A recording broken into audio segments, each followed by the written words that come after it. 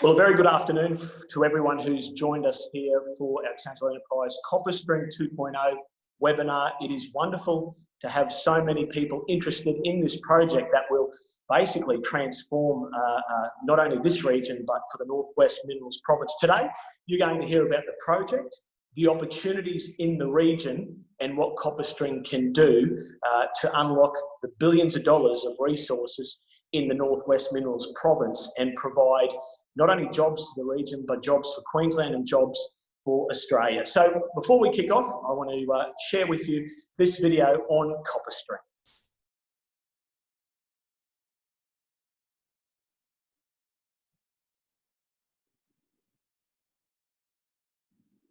Queensland's Great Northwest, home to the Northwest Minerals Province.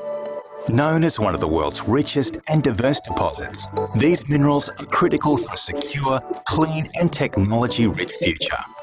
With $680 billion worth of unlocked deposits, this region has the potential to boost national income by more than $70 billion over 25 years. For decades, high energy prices have held back investments, jobs and exports across the province. Now, more than ever, Australia needs to invest in common use infrastructure to lower electricity prices for the Northern Queensland minerals industry. CopperString 2.0 is a 1,100 kilometre high voltage transmission network stretching from Townsville to Mount Isa, connecting the Northwest Minerals Province to the national electricity market for the first time. Extending access to the grid by more than 110,000 square kilometres, CopperString will be Australia's largest geographic expansion of the national electricity market. Essential to creating the Queensland Industrial Renewable Energy Zone, CopperString will drive decarbonisation and growth across the region and enable high-value industrial expansion of the national electricity grid. With supercharged global demand, it's clear the world needs our clean minerals. Founded in Townsville, CopperString brings together local and global expertise to deliver nation-building infrastructure to create jobs and economic prosperity for generations. Driving growth in the Northwest Minerals Province is perhaps Queensland's most important economic and strategic opportunity. Like past investments that unlocked mineral and energy resources, repowering the minerals economy in Northern Queensland requires government commitment. CopperString will pay enormous dividends to Queensland and Australia from construction in 2021 for decades to come. With strong global demand for our minerals products, now is the time to repower the economy in North and Northwest Queensland and lay the foundations for our future prosperity.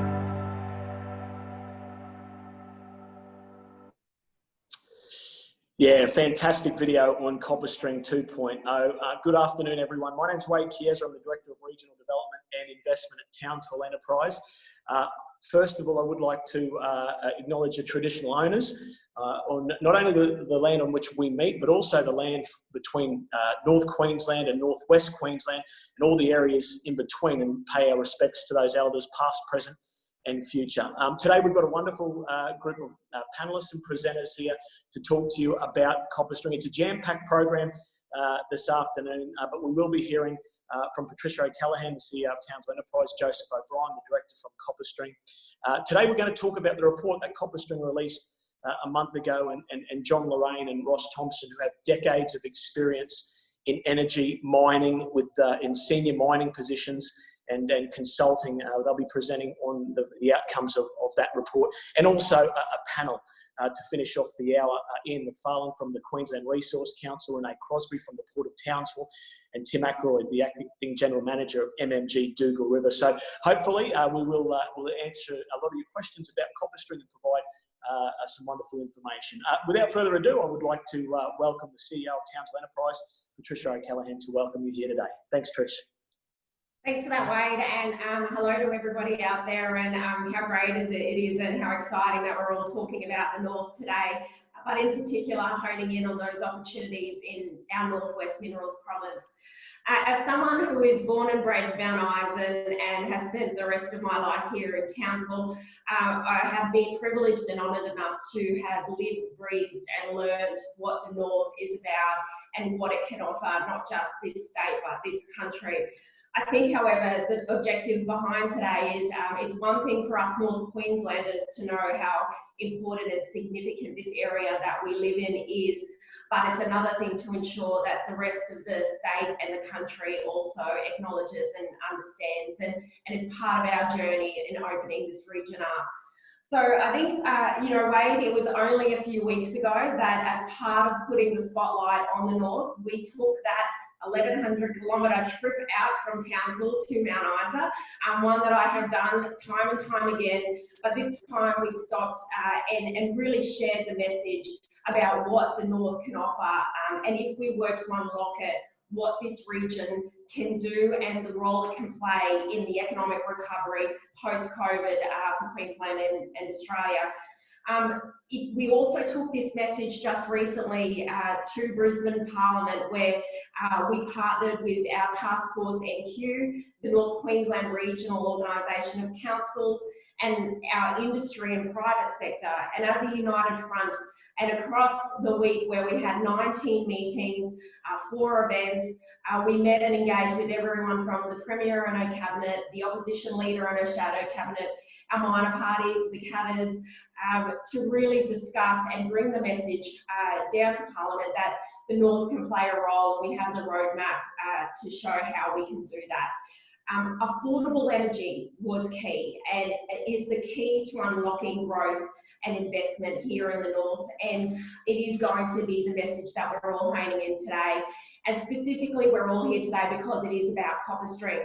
I've been around a while now, and I was here in the days where CopperString 1.0 existed, and I was in Mount Isa at the time, and to see this project closer to reality than it ever has before is something that is exciting. It is passionate. It's why Townsville Enterprise is side by side this project and will continue to be. And I think the discussion today about not just lowering energy prices, but opening up the North, discussing clean energy, the integration of renewables, and importantly, a potentially new and exciting area for the North. I think it's going to be a great session. So hopefully everyone's locked in. You've got your coffee, you've got some snacks, because it's going to be jam-packed, and we're excited to have you all here. Thanks very much, Trish. As we said, a jam-packed program today. I would like to welcome the Director of CopperString, Joseph O'Brien, to now say a few words and give a project overview. Thanks very much, Joseph. Thank you, Wade. And firstly, of course, thank you to Trish and Wade and all the team at Townsville Enterprise. And Trish is quite right. CopperString has been around a while as a project.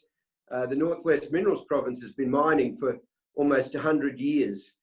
We've actually barely scratched the surface, as you'll hear from John and Ross and others today, but it's appropriate after a century of working the region that we might finally connect it to our national electricity transmission grid. And many people don't appreciate that our national electricity transmission network does not extend west of Townsville. So the Townsville City Council boundary is largely the end of our national transmission grid, and yet it's the lifeblood of so much of our industrial development. It's supported huge investment expansions in the Bowen Basin and in the Hunter Valley and in Broken Hill, and yet an agricultural wealth that's generated out of the Townsville to Mount Isa region that is still isolated from our national electricity market. CopperString is a large transmission network. In many ways, it's a complex project, but a simple proposition. It's the biggest extension of the national electricity market that's ever been undertaken. And it does stretch from the city of Townsville across to Mount Isa and integrates the existing Northwest Minerals Province power system. So today's presentations and all the panel are really experts in their field, and they're particularly focused on our minerals industry.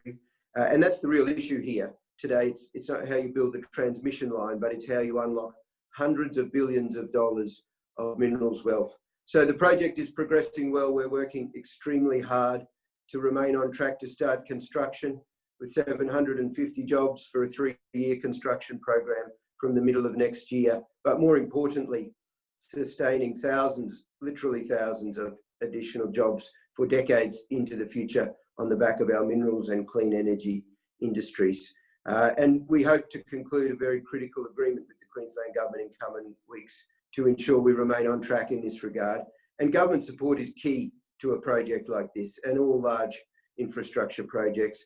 We've been very grateful for the broad political support across the local, state and federal government realms. We consistently receive very strong support from our local champions, led probably by Scott Stewart of the Queensland Government, but also MPs Dale Last and Robbie Catter are all regularly voicing their support for the project. We've got a very tight time frame today. It's always risky to give politicians a microphone, so we've asked Angus Taylor, the Federal Energy Minister, and the Minister for Natural Resources, Mines and Energy here in Queensland, Dr. Anthony Lynham, for a message in support. I think Wade will play those for us now, and then we'll move on with the presentations. Thank you all very much. Thanks very much, Joseph. You're right, we do have videos from those ministers. And first of all, we'll hear from Minister Anthony Lynham.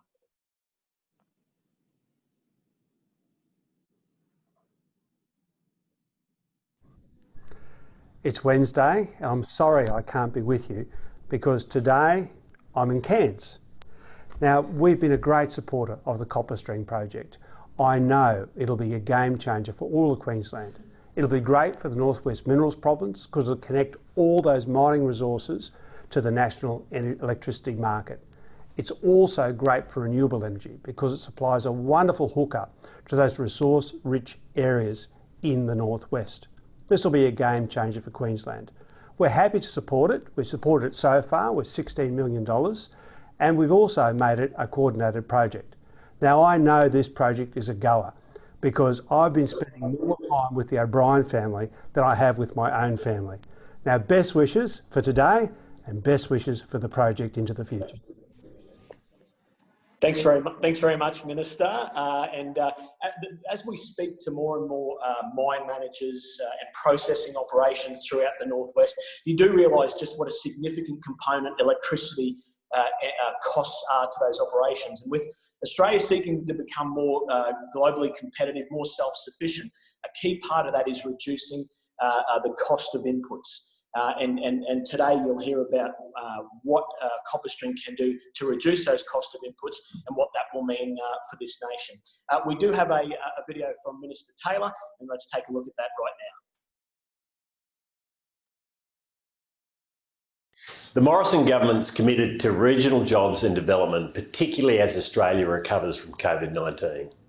And it's critical that the infrastructure investments we make deliver economic benefits for Australians. The government has acted decisively to address the significant economic impacts of the virus pandemic and acted in the national interest to support households and businesses. Our economic support package has provided timely relief to affected workers, businesses and the broader community, and has kept Australians in work and businesses open. These actions have supported the economy during this extraordinary time and have set the foundation for a strong economic recovery once the coronavirus crisis passes. Now we are investing in that recovery, and we're implementing economic measures to support sectors, regions and communities that will continue to face challenges. This is why the government is supporting new energy projects that will bring down power prices and keep the lights on. With over 1,000 kilometres of high voltage transmission line, CopperString will connect North Queensland with the national electricity market to help deliver lower cost and lower emissions energy. It'll generate 750 construction jobs and help unlock the full economic promise of the Northwest Minerals province and our important job creating and export oriented regional industries. The combination of cheaper energy supply will drive investment and new opportunities for Australians, sustaining 3,560 new jobs in the region over 30 years and providing a long-term future for families and local communities from Townsville to Mount Isa. CopperString will deliver affordable, reliable power that will ease cost of living pressures on households and support jobs and a stronger economy. Thank you very much, Minister, and we do thank both the state and federal government. It's wonderful to see government providing support to this key project. Okay, it's now time to hear about the mining opportunities in relation to the Northwest. And I'd like to welcome Jonathan Lorraine to present to you. Now, Jonathan has over 4 decades of experience as a senior industry, operational and commercial executive. A little bit of his very, very broad background. As a senior executive at MIM, he oversaw the construction of both the Ernest Henry and the George Fisher mines, and the associated infrastructure, such as the development of a gas pipeline bringing gas to Mount Isa from the Cooper Basin and the conversion of the Mica Creek power station from coal to gas. He has a lot of experience in the industry, and in particular, the Northwest. And John, I welcome you to this afternoon. I'll hand over to you. Thanks for being here. Thank you very much, Wade. I'm going to share a screen.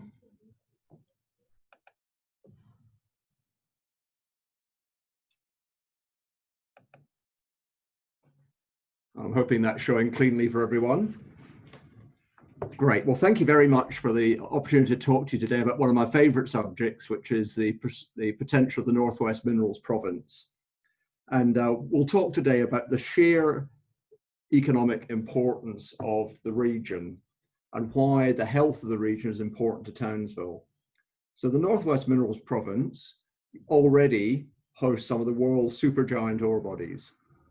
And while some of them are getting older, such as the Mount Isa copper ore bodies, the region, by most expert assessments, has the world's highest prospectivity for future mineral development.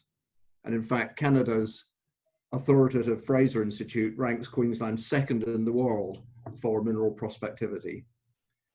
And this prospectivity has been recognised as a key priority in both work by the Geological Survey of Queensland and by Geoscience Australia in recent years. So as a national priority, the development of the mineral potential in the region. And if there's one thing that will be absolutely transformational for the Queensland and the Townsville economies, it'll be developed of further giant ore bodies, and for that matter, successful development of a number of current projects that we'll talk about. For a very large and quite remote region, the Northwest Minerals Province is actually quite extraordinary in terms of its unique current endowment of infrastructure. So there is already tremendous supporting infrastructure, such as excellent roads, rail, gas supply networks, water infrastructure, and of course, port infrastructure. And there's also a lot of value-adding downstream activity in the form of lead and copper smelting and zinc and nickel and cobalt refining capacity.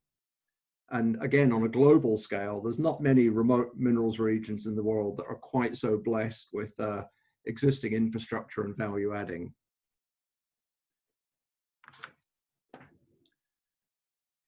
For those of you who know the history of the region, it's had an amazing 160-year pedigree of minerals discovery. And as a result, it's been an absolute engine room of the Queensland economy. However, what you will note is there's been quite a lapse in major mineral discovery since the mid-1990s. And that's been partly due to the increasing challenges of exploring under cover, where there's recent cover. And we'll talk a bit about that in a minute. It's also been hampered by the perceived high cost of operating in this remote region.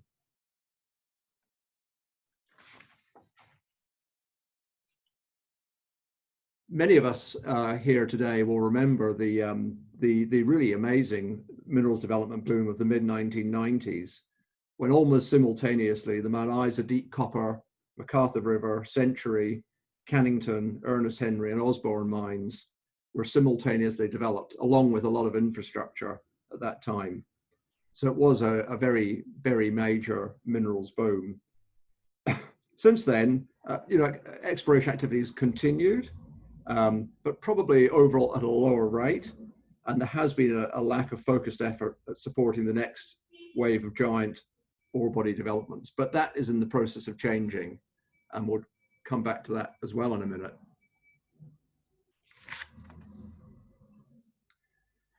one thing to be said about exploration in the region is the targets are really very clear, and the potential is very, very clear for future mineral development.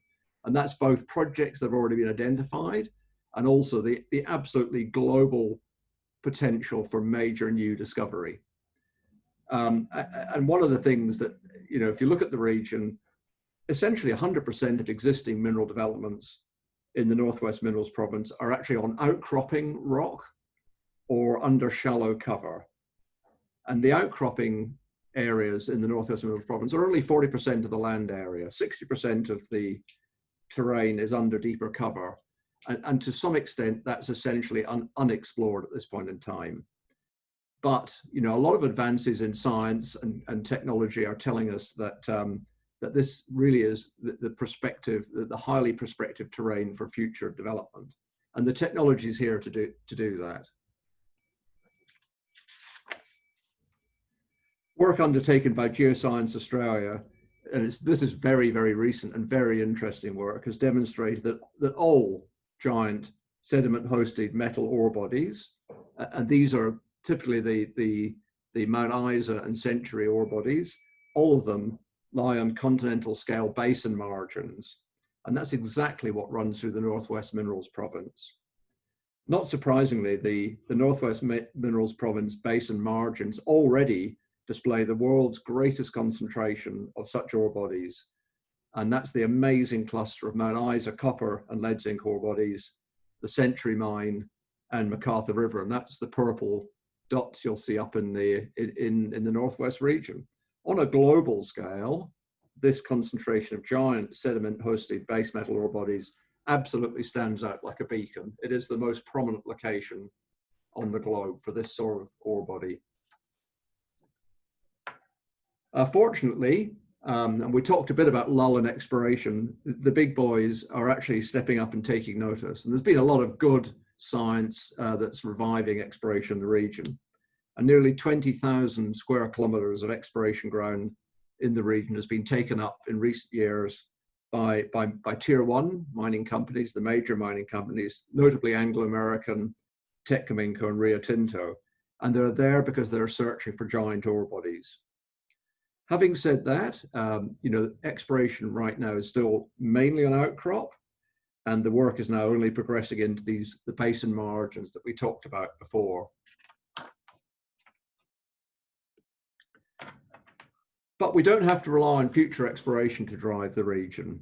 So there are a string of identified but currently undeveloped projects in Queensland that are currently going through pre-development activities. And some of these are very, very substantial. In many cases, they contain important minerals for the new economies of the future, such as cobalt, vanadium, and rare earths. Just by way of an example, Aeon Metals' Wolford Creek project contains $5 billion worth of copper, zinc, lead, cobalt, and silver.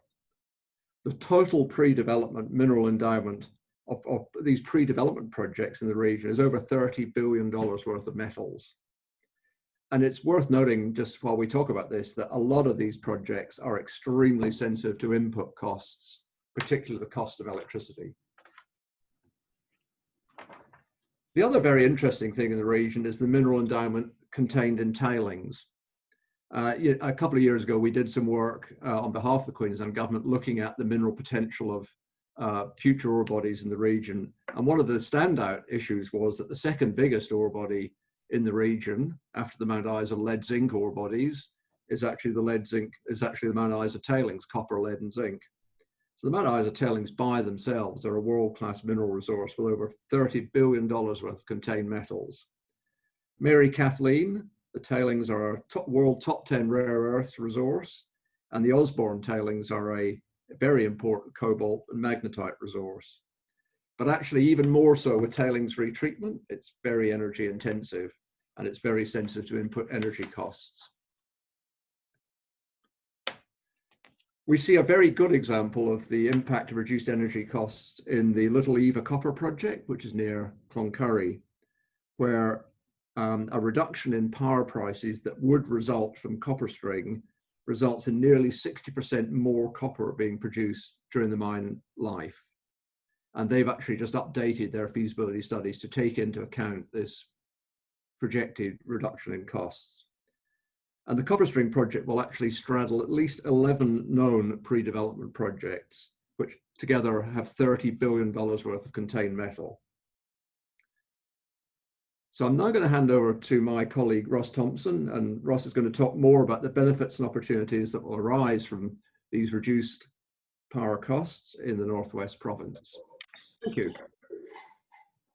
Thanks very much, John. Before I hand over to Ross, I might just ask one question, if I may. And given your experience in the industry, building something like CopperString, that must give these tier 1 mining companies and these explorers and I guess even the existing operations, it's a huge vote of confidence in that precinct and gives them a bit of certainty. Is that right in relation to what their power prices could be? Absolutely. And to tackle that from another side, you know, in some of the work that we've done on behalf of the Queensland government in recent years, we've discussed with the mining companies what are the greatest impediments to future development. And you know, almost invariably power costs came up as being, you know, the largest impediments of their mind. So this would be a very positive part of their concern. Great. Thank you for that presentation, John. Much appreciated. I will hand over to Ross Thompson, as you alluded to. A little bit about Ross. Again, over 4 decades of experience in the industry, focused on the Northwest Minerals Province. Some of his highlights include managing the Mica Creek Power Station when it was coal-fired, later overseeing the conversion from coal to natural gas and the eventual sale of the plant. Following some time working in the underground areas of Mount Isa, he transferred to Townsville as MIM's General Manager of Townsville Operations, where he was responsible for the copper refineries, port operations, which included NSS stevedores, Bowen Coke, sales, marketing and logistics of all the metal and concentrate products. So he knows the area very well. Over the past 20 years, he's consulted industry and governments on the resources sector, mainly focusing on infrastructure and energy. And this involved being a customer representative for CopperString 1.0. I would like to welcome Ross this afternoon. Thanks for joining us, Ross. Thanks very much. I'll just share my screen quickly, I hope. Maybe that's come through. Okay, yeah, thanks very much for the opportunity this afternoon to talk about a subject which has been dear to my heart for about 40 odd years with the Northwest.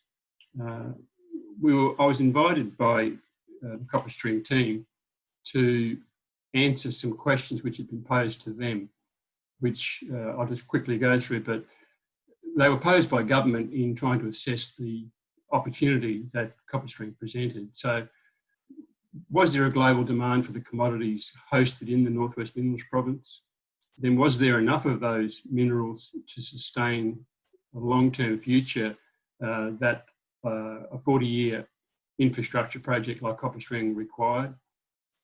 Would the change in electricity prices that CopperString might deliver have a significant impact on the resource development and mine production? And then lastly was, will that change in electricity prices promote economic benefits beyond just reducing the costs to selected miners in the Northwest? So that's what we went about doing. So I gathered a team of experts together, including John, David A. Iserman from Iserman Consulting, sort of is a geologist with a huge background in the Northwest, having been exploration manager for several companies, including MIM. And then we brought in specialist advisors from Wood Mackenzie with the Global Resources Group. Yucatán was John, and then JK Tech also assisted, providing some additional input really around the additional benefits of lower cost energy in processing some of the low grade ore bodies and tailings resources. The review looked at all of the available resource information in the Northwest, but we only used publicly available information, and we only looked at projects which had reported JORC compliant resource reserve statements. The review also was in an independent view. It wasn't based on who owned a project at this point in time. And so it was really taking like a high level state view. The state owns all of the resources in the state. So it was, if you owned all of those resources, how would you go about developing this region? So from that study, we identified 112 current projects with reported resources and or reserves, analyse those projects for their potential as to where they are at in their development cycle. We culled 60 projects which, whilst they have reported resources, we didn't believe that in the time frame we were looking at, which was from 2020 through to 2050, that they would probably be developed or may not be developed. So we took those which had a much higher probability.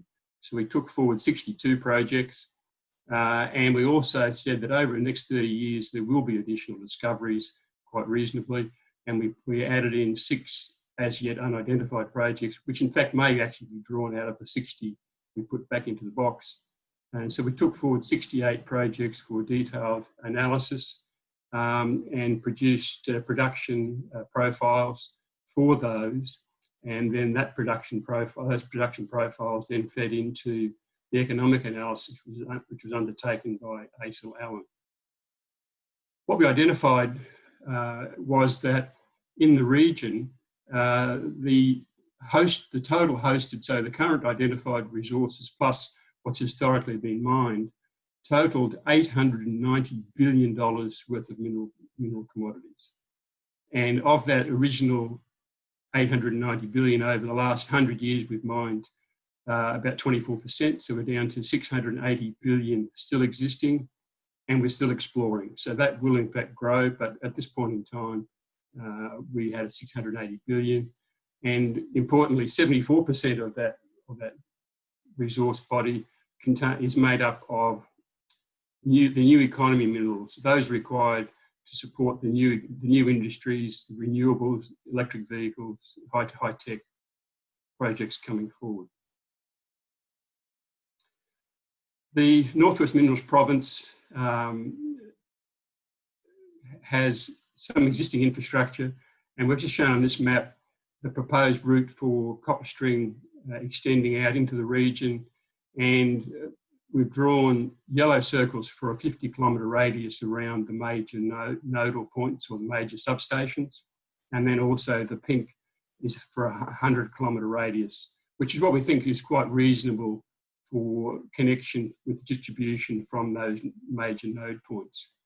And as you'll see, the region is very well covered by the proposed electric network that CopperString is proposing to construct.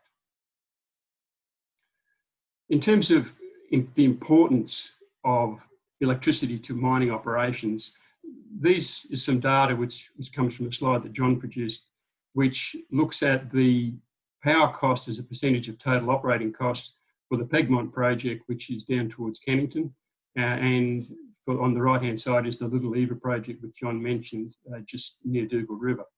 And the numbers for these two projects are 21% of total operating costs and 25%. And so reducing the power cost can have a very significant impact on the delivered total operating cost for projects. The average, those are just two projects, but the numbers run between about 10 and 25, 26%. But of significance is that as the grade of ore is reducing, from a global sense for ore mining, we've mined the sweet spots and we're now down into much lower grade materials. The impact of the energy requirements to process the ore to extract the minerals is increasing. So operating costs are going to be even more impacted by power costs. The analysis we then did was looking at the current costs of power in the Northwest, which for diesel gensets, and there are still a number of remote mines running on diesel gensets, they're $300 to $320 a megawatt hour. For the sites with gas engines, so Osborne, Cannington, Phosphate Hill, it's about 180 to 200. And for the sites connected to the Northwest Power System, where we've got the Diamantina Power Station and Mica Creek Power Station supplying energy, about $150 to $180 a megawatt hour. In addition to, I guess, those very high costs, and we're talking on the coast, something about a third of those, the outlook for the future is not for a declining price, but for an increasing price, because the outlook for gas supply and gas prices as supplied by Axel Allen and a couple of other consulting firms who specialise in that area, is for a steady increase in gas prices and particularly a tightening in supply from about 2023 to the early 2030s, which is going to see further increases. And so the prices that we've quoted there are all going to head north and not south. And in addition, because it's an isolated market with no liquidity in that, no real liquidity in the market, the contract structures tend to be complex. So customers have to buy conversion capacity from the power stations. They do their own gas contracting, and that might be gas commodity purchase as well as gas transport. A lot of contracts, quite a lot of complexity. The future estimates that we've done for the NEM connection via CopperString is purchasing contracts in the NEM market. For the sort of customers we're talking about, they've got very good baseload power demand profiles, and so they can shop very successfully in that market. And we believe getting a 5 to 10 year contracts in the $50 to $60 a megawatt hour is very achievable. And that combined with the costs of connection through Powerlink and then through the CopperString network and some distribution within the region, we believe that we can deliver prices into the Northwest, or CopperString believes they can, at prices sub 100. And we've benchmarked that, and Axel Allen with their modelling has also benchmarked those prices. Gives access to a much deeper market, a lot of competition within the NEM, a lot of flexibility in contracting arrangements, and becoming more important for a lot of companies now with their carbon profiles is being able to access large-scale renewables. So that delivers about a 40% reduction for most of the companies in the Northwestern sector. Some are higher than 40% reduction in energy cost. So what impact does that have? We did analysis based on the business as usual power supply and what that would mean for resources development going forward. And then we did the case with the lower minus 40% off those base prices and what that would do for development. The outcome of that analysis is the business as usual case is the lower chart, which shows the profile for mining looking forward with a declining profile over time, because as the resources reduce and the grades reduce, the extraction of minerals will go down at those very high operating costs. The projection on the top of the chart is the projected profile for production based on the much lower minus 40% cost profile. And I just pick up one of the points that John made in his introduction, is that there's a lot of resources which are sitting on already developed sites, and the tailings is a classic example. So the infrastructure has already been spent in developing those sites and most of the infrastructure required.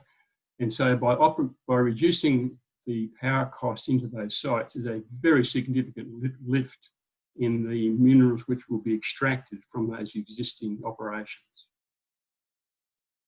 and which makes them much more likely to happen as well. When we, I guess the previous chart showed by commodity, but to actually show that in one spot, the only way to do that is, I guess, homogenise the data and turn it into dollars of production value.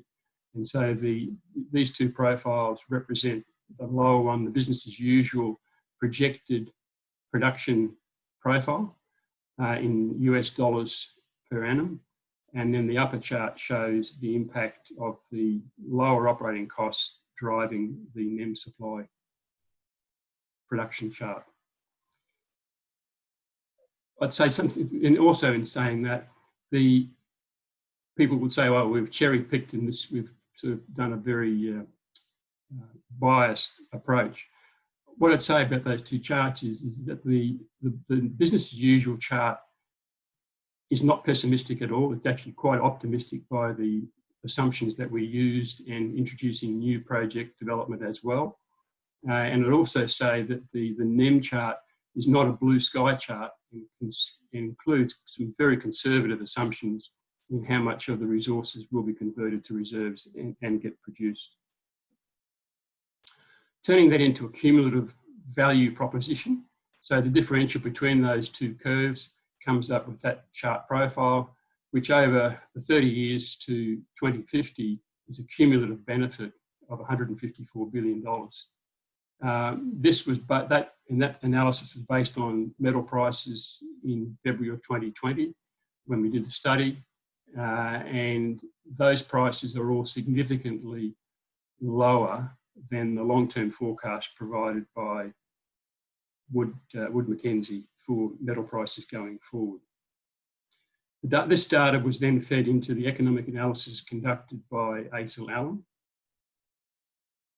and also coming out of those profiles, so to drive those mineral production profiles, we obviously need power, and these are the forecast power demand curves under both the business as usual and the NEM supplied case.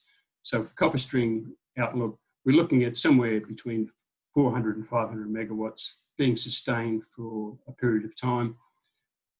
All of these charts, and I've been plotting these charts for the Northwest for the last 30 plus years, there's always a dip at the end because we can only look forward so far. But in all likelihood, and based on historical precedent, those charts will be at least flat going forward. And I guess with some of those tier one exploration activities, well, hopefully the exploration activities, finding some more tier one projects, the chart can actually grow beyond what our expectations are today. In terms of the economic modelling produced by ACELS, they assessed the impacts of this increased mineral production, what the changes were to electricity supply in the Northwest, so in this case converting from current high-cost gas-fired generation to lower-cost NEM supply. They also then did modelling to look at what the impacts would be of connecting the Northwest Minerals Province via CopperString into the Queensland NEM. And they looked at that as both the business as usual case and the CopperString connection. The outcome of that was, from the economic modelling, there's $123 billion of additional mineral production. It brings forward an extra 620 megawatts of renewable generation. The analysis is based on 1,000 megawatts being installed at Hughenden, in the area north of Hughenden, and being connected in. And that 1,000, actually 400 of that basically feeds into the Northwest. And so there's an extra 620 going into the state, broader NEM on the coast. There's $139.5 billion of aggregate increase in state gross product, and then 54 billion in real income, which sort of, to put into sort of lay terms, translates to about an additional $6,000 per person equivalent as a one-off payment for every Queenslander, as a one-off analysis.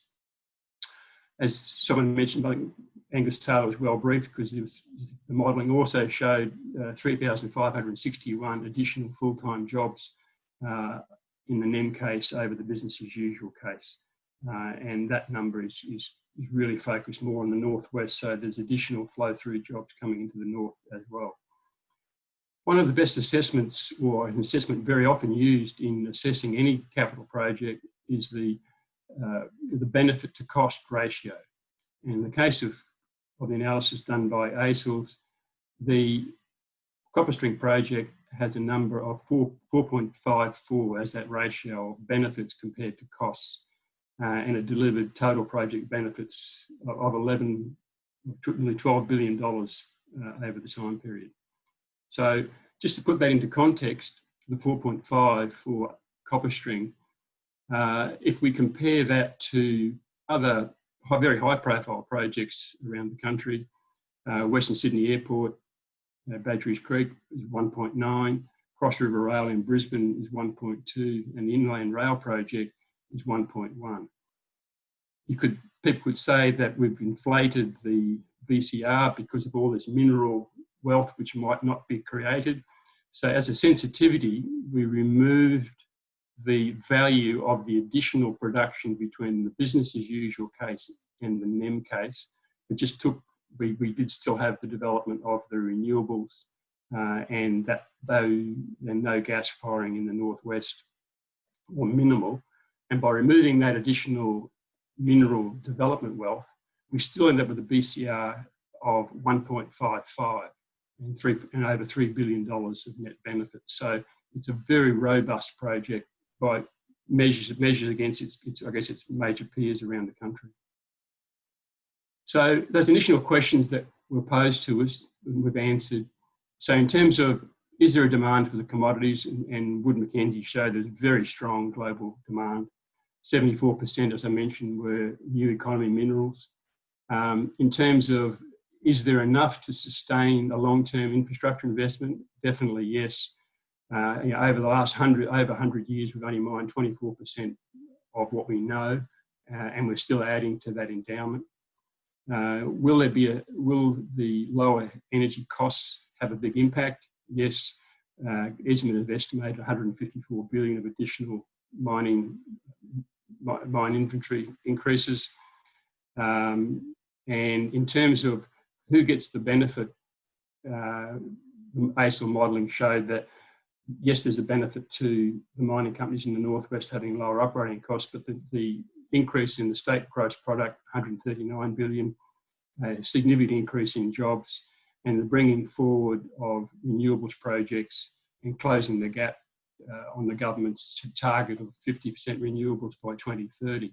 And on that last point, something which, and I've sort of moved on a bit from the minerals now, I'm doing some other work looking at renewables, but this is a map done by Geoscience Australia looking for the best renewable sites in Australia for future hydrogen production. And if we look in Queensland, some of the best sites are in the area around Hewenden and then just south of the Mount Isa Cloncurry. The red line on the chart is where the NEM currently finishes. So while we've got some of the best resources available in the northwest, it's very difficult to access them because there's no NEM. So if we then plot that on a chart, and this is the wind resources west with the CopperString project shown, by bringing that line in, we can access the best resources in Australia. AEMO in their studies found that the best co-located wind and solar resources are in this region. I'm running out of time, so I'll skip on. But CopperString's already had about 3,000 megawatts of connection requests from renewables companies to access the line because these are the best resources probably in Australia, but well and truly in Queensland. And that opens the opportunity for a renewable energy-based zone, driving a large range of industries. And I've been around for a while. I've heard Townsville Enterprise lobby for the baseload power station. I think CopperString can be its baseload power station by bringing the vast wind and sun solar resources to the region. And finally, in summary, the Northwest Minerals Province is in decline, and that will also lead to decline in employment, royalties and broader economic benefits. A catalyst is required to maintain the output until the next generation of minerals projects is developed. The government owns all of the mineral resources in the state, and it should lead any decision making on the future development to satisfy that development. NEM Connection can realise potential for a huge mineral renewable energy, realise the potential of our huge endowments for minerals and resources, and deliver a sustainable source of prosperity for all stakeholders for many decades. And the other thing is that the CopperString actually aligns with most of the government policies around strategic development and post-COVID. I think CopperString is critical infrastructure delivering for multiple stakeholders. Thank you. Thanks very much, Ross. What a really comprehensive presentation.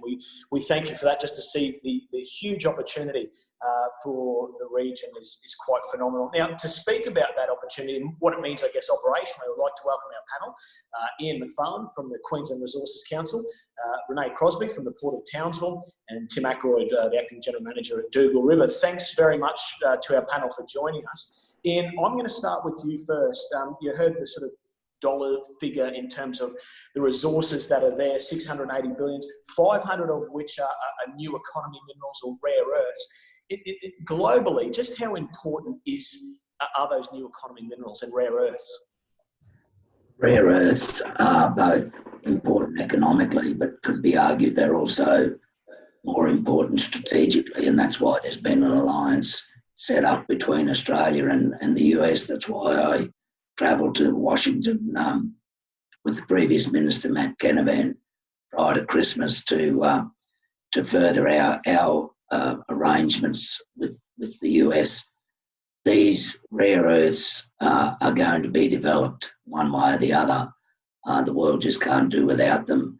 How competitive we are, how quickly they're developed more precisely, depends very much on costs, and particularly energy costs. So they will play a crucial part in the rebirth of the Northwest Province. That's not to take anything away from the existing traditional metals, both the mines that are already established and the ones that are planned. But there's no doubt that these strategic minerals will play a big part in the Northwest and in Australia's economic future. That Northwest Minerals Province, and just how important is it? And I guess the point that Ross made is if power prices or something's not done to address energy prices, it will go into decline, which is something that I guess at the moment the nation just can't afford. Yeah, look, mining generally is getting more and more scrutiny basically every day, both on the basis of emissions. So when you look at the powerhouse of Queensland's mining at the moment, it is coal, predominantly met coal. But as we go forward, we need to diversify that base. The Northwest Minerals Province really started it all for us when you look back at Mount Isa, and it will have a growing role in terms of the overall economic mix of mining. Mining is sustaining Queensland's economy at the moment. I know that's not a widely held perception amongst the general community, but we will be doing something about that in the next few weeks, just by the way. But in terms of Queensland's economy, we need the Northwest Province to develop to further underwrite the economy, but also to make it stable as other areas perhaps reach their end of life. Talking about mines and operations, I'll go now to Tim Ackroyd, the Acting General Manager of MMG at Dougal River. Tim, you live and breathe this every day. When we were out there at the end of June, in relation to cut-off grades, lower input prices, I guess, mean more tonnes, a greater resource, and essentially more opportunities to develop additional projects. Yeah, that's right. So, I mean, when those numbers were presented, I was extremely surprised how similar they are to some of our numbers. So, 20% of our cost is associated with power. Zinc is not Dougal River is a fairly low margin mine. It's one of the newer mines, and I guess that's why it's late in its development, because it is low margins. And for us, power at such a high proportion of cost really challenges us. And, right now we're sort of having to make decisions about ore that we're actually mining, because some of it's not economic. So for us, power and cheaper power can't come soon enough. And in terms of us to be able to maximise the value of the resource that we've got in the ground, and then also being able to expand from there to take advantage of some of the other ore sources around the site. And even, I guess, in terms of complexity of energy production, CopperString will, I guess, seek to address that as well. Yeah, so one of the challenges, and I've been in this province for probably 15 years, and there was a comment made about you don't just buy power in this region, you buy gas, and then you pay someone else to transport it down a power line, and then you pay someone else to burn it and turn it into power. And some of our technical team, who really should be operating a processing plant and extracting metal and maximising performance there, spend their days trying to optimise gas purchasing and power purchasing, etc., to manage what is a high proportion of cost of our assets. So we have resources diverted to something which we really should be just trying to buy power and then doing the thing that we're good at doing, which is making metal. So there's the cost, and then there's also the drain on technical staff, which is something which we'd like to see changed. Yeah, very good points there, Tim. I'll now go to Renee Crosby. the CEO of the Townsville port. It all ends up at the port and exported to the world. But I guess, Renee, there's significant investment along the rail corridor and at the port, which I guess more tonnes means a better utilisation of that asset. Tell us a little bit about that. Definitely. So, you know, it's critically important to get more volume, because volume ultimately enables you to spread costs across any of your high infrastructure assets like rail and port. So the more volume we have, the lower the cost, the more productive we can be. And you want to reduce costs at every step of the way, from extraction, from processing, from transportation, so you can ultimately get it to markets in the most globally competitive manner. So you don't just get the impact of direct investment into the infrastructure. So demand drives investment in further infrastructure in the port, and we have a plan for a 1.6 billion expansion to cater for the forecast growth in the mining sector, if we can get those fundamentals right to get the stuff out of the ground to begin with. But that has flow-on effects for other industries. So what's good for, you know, the Northwest Minerals province is good for Townsville, it's good for Queensland, it's good for the country. So the flow-on effects are phenomenal in the investment into stevedoring activities, the logistics industry, all of the servicing industries to the mining sector. And that puts food on the plates of every mum and dad, you know, in the region. It creates job opportunities in the mining sector directly, but in the professional services that support that.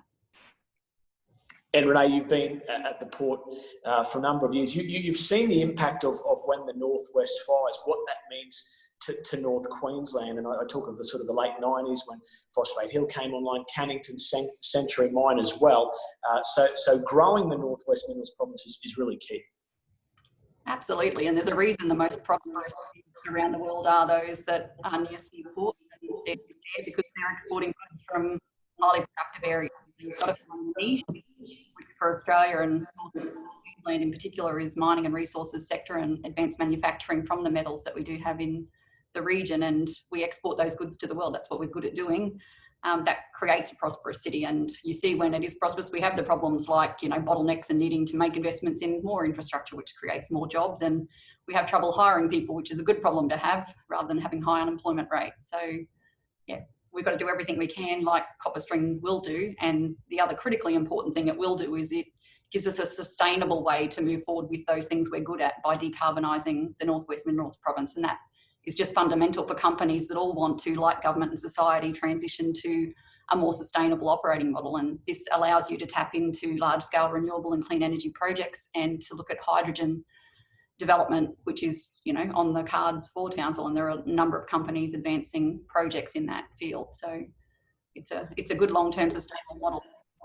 Look, we're getting close to time here. I might just finish with a couple of questions to Tim and Ian. Tim, I guess Renee mentioned clean energy, and I guess with CopperString there's an opportunity, you know, to decarbonise mine sites, and also further to that is government speak a lot about manufacturing and becoming more self-sufficient and manufacturing onshore. And I guess a critical component to that is to reduce the cost of the minerals that will be required for those manufacturing plants and projects as well. Yeah, absolutely. I mean, you know, zinc, which is what Dugald River produces, can play an important role in future technologies. And I think some of the more, you know, newer minerals coming online, I think it's really important that we. One of the reasons these things haven't been developed now often is, and like Dugald River, is the high cost, and we need to find ways to support bringing these additional mineral resources online, and that's through reducing operating costs. And as we talked about, power is a really critical part of that in this part of the region. Ian, I'll come to you. What can government do more to sustain the current industries? Because as you said, mining's playing a key role in keeping the state and nation afloat. What can government do more of to not only sustain mining but grow the population, grow the jobs in that industry?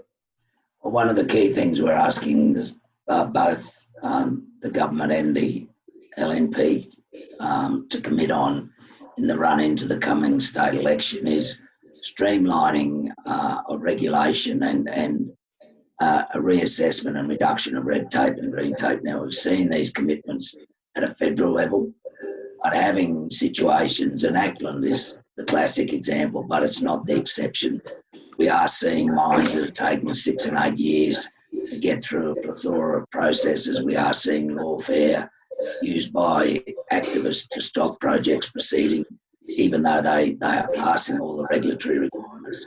So governments have to take an active role there. They have to provide a stable fiscal environment, so no royalty increases for the next decade. Give companies the confidence to go in there. They have to provide infrastructure, and governments are doing that. The Queensland government is upgrading Mount Isa to Townsville Rail, but it needs more. Those are the sorts of things that government need to be involved in. Public infrastructure, encouraging companies to invest, removing the impediments for investment.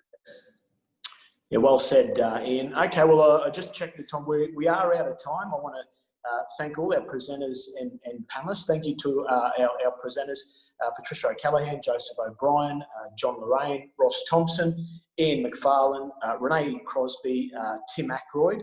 And thank you for joining us today. Hopefully we've given you a bit of an insight just how important the Northwest Minerals province is, not only to Northwest Queensland, but more broadly, Northern Queensland, Queensland and Australia, and just the potential of that area. And I think with government support, the right investment and the right policy framework, and as Ian alluded to, the reduction in red tape and approvals, we can not only lead the national recovery, but also create much needed jobs and become more self-sufficient. I think CopperString will play a critical role in that recovery. So thanks very much for joining today. We will be posting the recording of this webinar online, as well as the report that was released by CopperString, and any questions you may have. What we'll do is we'll leave you with the video that was played at the start of the webinar. Thanks again for joining us at our Townsville Enterprise webinar on CopperString 2.0, and have a great afternoon. Queensland's Great Northwest, home to the Northwest Minerals Province. Known as one of the world's richest and diverse deposits, these minerals are critical for a secure, clean and technology-rich future. With $680 billion worth of unlocked deposits, this region has the potential to boost national income by more than $70 billion over 25 years. For decades, high energy prices have held back investments, jobs and exports across the province. Now, more than ever, Australia needs to invest in common use infrastructure to lower electricity prices for the Northern Queensland minerals industry. CopperString 2.0 is a 1,100 kilometre high voltage transmission network stretching from Townsville to Mount Isa, connecting the Northwest Minerals Province to the national electricity market for the first time. Extending access to the grid by more than 110,000 square kilometres, CopperString will be Australia's largest geographic expansion of the national electricity market. Essential to creating the Queensland Industrial Renewable Energy Zone, CopperString will drive decarbonisation and growth across the region and enable high-value industrial expansion of the national electricity grid. With supercharged global demand, it's clear the world needs our clean minerals. Founded in Townsville, CopperString brings together local and global expertise to deliver nation-building infrastructure to create jobs and economic prosperity for generations. Driving growth in the Northwest Minerals Province is perhaps Queensland's most important economic and strategic opportunity. Like past investments that unlocked mineral and energy resources, repowering the minerals economy in Northern Queensland requires government commitment. CopperString will pay enormous dividends to Queensland and Australia from construction in 2021 for decades to come. With strong global demand for our minerals products, now is the time to repower the economy in North and Northwest Queensland and lay the foundations for our future prosperity.